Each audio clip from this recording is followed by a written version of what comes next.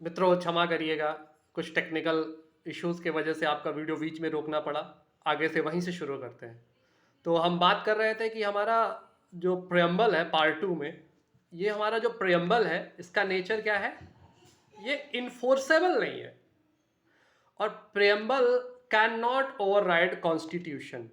Preamble कभी भी constitution से ऊपर नहीं हो सकता है। जब भी हमें किसी भी मामले की डिस्क्रिप्शन करना हो, व्याख्या करना हो, देखना हो कि वो कॉन्स्टिट्यूशनल है, अनकॉन्स्टिट्यूशनल है, तो हम उसको किससे देखते हैं? कॉन्स्टिट्यूशन से, प्रेम्बल से नहीं। अभी आजकल एक बहुत बड़ा पॉलिटिकल इशू चलता है, अब पता नहीं आप लोग ऑब्जर्व किए हैं या नहीं है। कुछ एक विशेष पार्टी के लोग हैं, वो कहते हैं कि 1976 में जब 42nd अमेंडमेंट एक्ट लाया गया, तो उसमें जो वर्ड सेकुलर है, इस वर्ड सेकुलर को लेके कॉन्स्टिट्यूएंट असेंबली में बड़ा डिबेट हुआ था। तो वहां बोला गया था कि या तो हम सेकुलर नहीं कह सकते या माइनॉरिटी नहीं कह सकते, तो हमें दोनों में से कोई एक वर्ड चूज करना पड़ेगा। तो हमने शायद माइनॉरिटी चूज किया, और जो मतलब हमारे फोर फादर जिन्होंने ओरिजिनली कॉन्स्टिट्यूशन लिखा था, उन्होंने सेकुलर वर्ड को नहीं अडॉप्ट किया था। लेकिन श्रीमती इंदिरा गांधी जी ने 42nd अमेंडमेंट एक्ट के द्वारा 1976 में हमारे कॉन्स्टिट्यूशन के प्रेम्बल में 3 वर्ड्स को ऐड करवाया। एक था सेकुलर, दूसरा था सोशलिस्ट, और तीसरा क्या था? इंटेग्रिटी।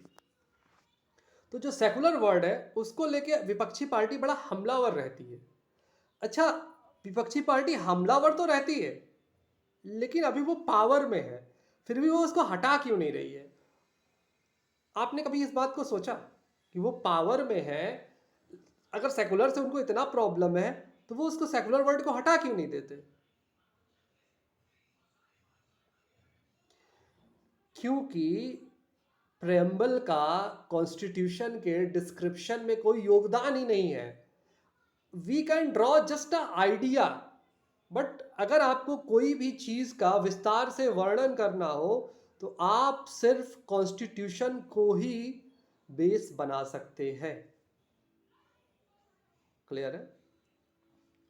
अगर हमें कहीं पे भी डिस्क्रिप्शन करना है, तो हम कॉन्स्टिट्यूशन को ही बेस बना के डिस्क्राइब करेंगे।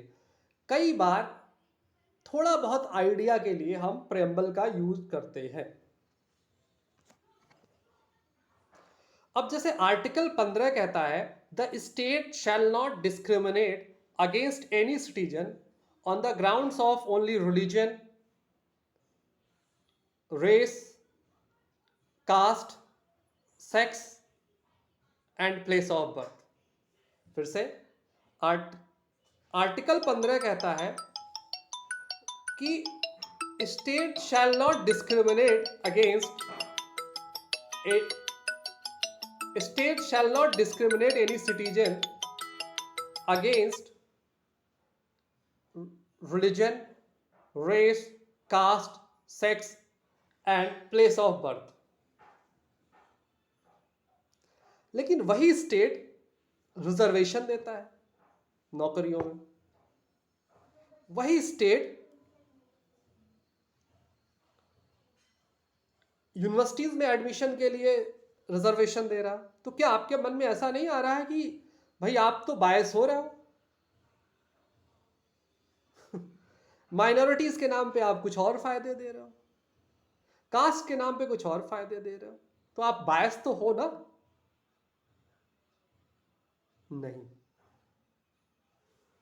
यहां पे आपको जरूर थोड़ा सा कॉन्ट्राडिक्टरी लग रहा होगा, लेकिन हमारा जो कॉन्स्टिट्यूशन का ऑब्जेक्टिव है, हमारा जो कॉन्स्टिट्यूशन का ऑब्जेक्टिव है या एस्पिरेशन है, वो दिया है प्रेम्बल में। एस्पिरेशन का क्या मतलब? ऑब्जेक्टिव का क्या मतलब? कि आपको क्या क्या मिलेगा।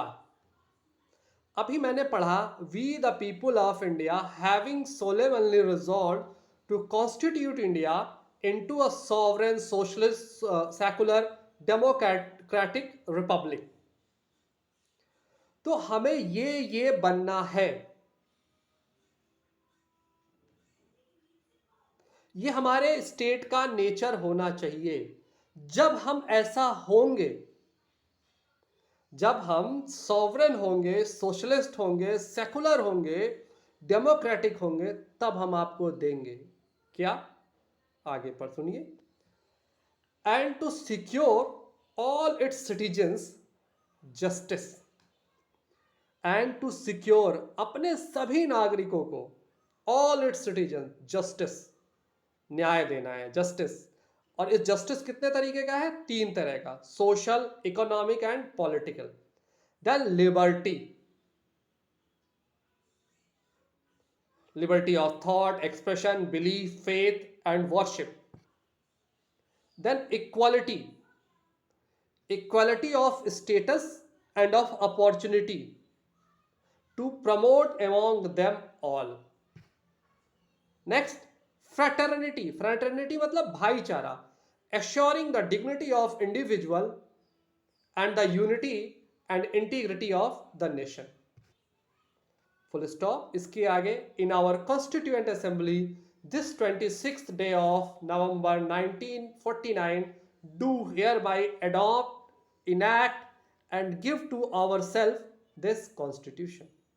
मतलब 26 नवंबर 1949 को ही ये कॉन्स्टिट्यूशन असेंबली में पेश हुआ और पास भी हो गया। तो आपसे सवाल पूछा जा सकता है कि कॉन्स्टिट्यूशन किस डेट को पेश हुआ कॉन्स्टिट्यूएंट असेंबली में? तो वो क्या है? 26 नवंबर 1949। पास कब हुआ? 26 नवंबर 1949। लेकिन इन्फोर्स्ड कब हुआ? तो वो है 26 जनवरी 1950। तो अंतर समझिएगा तीनों सवालों का। हाँ, तो जब हम sovereign, socialist, secular, democratic Republic हो जाएंगे, तब हम आपको जस्टिस देंगे, लिबर्टी देंगे, इक्वालिटी देंगे, फ्रेटर्निटी देंगे। ठीक है? तो ये क्या है? ऑब्जेक्टिव है, एस्पिरेशन है। Justice, liberty, equality, fraternity, these all are the objectives of our constitution which is stated in preamble, जो प्रेम्बल में लिखा हुआ है बिल्कुल साफ साफ। ठीक है? अगला बात जो हमें प्रेम्बल बताता है कि who is here source of authority, तो वो पहली लाइन में कहा जाता है we the people of India, we the people of India. इसकी एक बड़ी इंटरेस्टिंग कहानी है। शायद सन, अगर मुझे ईयर मुझे शायद थोड़ा कन्फ्यूजन है, शायद 1999 है या कन्फ्यूजन है। तो एक Kehar Singh versus government of India case चला सुप्रीम कोर्ट में। केहर सिंह ने कहा कि यार we the people of India आपने लिख दिया है, मेरा कानून बनाने में क्या योगदान है? आप खुद से पूछिए, आपका कानून बनाने में क्या योगदान है? कुछ है? नहीं। अगर आप अंग्रेजों का जब शासन था उस समय जो आप देखेंगे कि जो कॉन्स्टिट्यूएंट असेंबली चुनी गई, तो अंग्रेजों का शासन मेनली 2 भागों में बटा हुआ था। एक तो प्रिंसली स्टेट्स थे, दूसरे हमारे जो अंग्रेजों के अंडर में स्टेट्स थे जिन्हें हम प्रोविंसेस कहते थे। अब वो जो प्रोविंसेस थे उसमें सबको वोटिंग, यूनिवर्सल फ्रेंचाइज नहीं था। यूनिवर्सल फ्रेंचाइज का मतलब सबको वोट देने का अधिकार, सबको वोट देने का अधिकार नहीं था। महिलाओं को वोट देने का अधिकार नहीं था, अनपढ़ों को वोट देने का अधिकार नहीं था, लैंडलेस जिनके पास जमीन नहीं थी उनको वोट देने का अधिकार नहीं था। तो जब इतने लोगों को वोट देने का अधिकार ही नहीं था, तो कैसे वो कानून लोगों का हो गया? बताइए भाई, जब इतने लोगों को वोट देने का अधिकार ही नहीं था, तो इन लोगों ने कैसे कॉन्स्टिट्यूएंट असेंबली वाले लोगों को चूज किया? नहीं समझ में आया। चलिए अच्छा, आपको एक गाना सुनाते हैं। वो गाना सुना होगा आपने शाहरुख खान की पिक्चर का, तुझ में रब दिखता है, यारा मैं क्या करूं? सुना होगा। एक सही बात बताइएगा, किसको अपनी पत्नी में रब दिखता है? किसी को दिखता है? नहीं। लेकिन कहने के लिए, सुनने के लिए अच्छा है। ठीक है, अच्छा लगता है तो चलो बढ़िया है, ठीक है। तो वैसा ही है, सुप्रीम कोर्ट ने कहा कि ठीक है भाई, हम मानते हैं, लेकिन जो कहा जा रहा है वो ठीक है, और दोबारा इस पे कभी भी सुनवाई नहीं होगी। इवन मैं खुद भी एग्री नहीं करता हूं कि हम सभी लोगों ने ही कानून बनाया। आप देखेंगे उस कानून में सिर्फ वकील है, all the most of them are lawyers. Jawaharlal Nehru ji, Ambedkar साहब, सब लॉयर्स हैं, मोस्टली लॉयर्स हैं। तो सोसाइटी के एक बड़े तबके का यहाँ पे कहाँ पे कोई रोल ही नहीं है। खैर, आगे हम और डिस्कशन करेंगे इस पे और बेहतरीन तरीके से। आप जुड़िए, लाइक करिए, शेयर करिए, सब्सक्राइब करिए। आप आ रहे हैं, जुड़ रहे हैं, लेकिन लाइक शेयर सब्सक्राइब नहीं कर रहे हैं, प्लीज़ करिए, चैनल को आगे बढ़ाइए, हमारे साथ जुड़ते रहिए। बहुत बहुत धन्यवाद, नमस्कार।